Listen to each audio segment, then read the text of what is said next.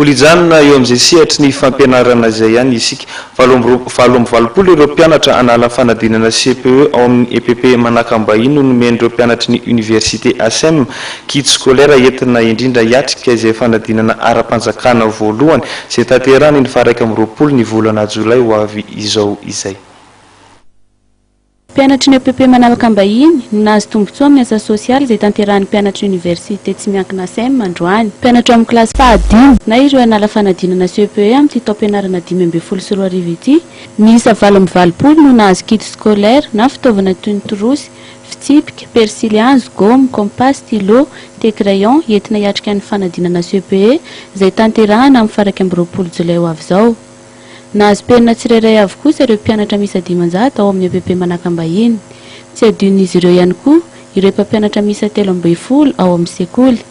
Hetsika tafiditra indrindra amin'ny famporisihana ny mpianatra université hanao asa sosialy amin'ny manodidina azy. Ny asa sosialy izay karakarainay moa zany dia entina ampianarana ny mpianatra ao amin'ny université ASM mba hay andray andraikitra zany amin'ny manodidina azy, dia indrindra eo amin'ny mialatsiny amin'ilay teny vahiny eo amin'ilay centre d'intervention izay misy anay zany no ampianarana andry zareo andray andraikitra amin'ny ankizy madinika.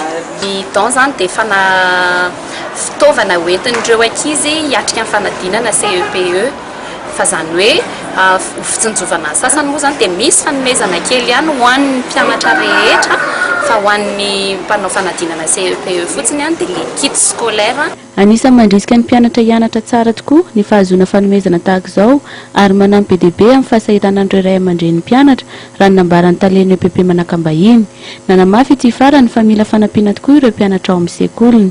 Zavatra tsapanay aloha zany dia faly tokoa izahay indrindra zany ny mpianatra satria ireo dia zaza mila fanampiana dia indray aman-dreny somary sahirana ihany dia mila fanampiana izy dia saorana be dia be mihitsy raha ohatra ka misy zany satria hitany misongadina amin'ny fiainan'ilay mpianatra mihitsy le izy, hitany misongadina mihitsy le fanampiana azy satria mitondra fahavitriana azy koa indrindra natrehan'ny fanadinana izay ho ataony dia mitondra fahavitrianao azy zany, mitondra fiatanatanana hoe mazoto ialany hianatra indrindra dia tena izay zavatra tsapako mihitsy eto amin'ny sekoliko zany raha vao misy ny mpanampy dia tena mazoto ilay ankizy. Efa fanaon'ny université ASM isa taona ny hetsika ara-tsosialy tahaka an'izao indrindra amin'ny EPP Manakambahiny izay tsy adion'izy ireo. Nahatratra 720 isan-jato ny tahapahafaham-panadinana ny sekoly EPP Manakambahiny tamin'ny taom-pianarana 13 sy 14 iny.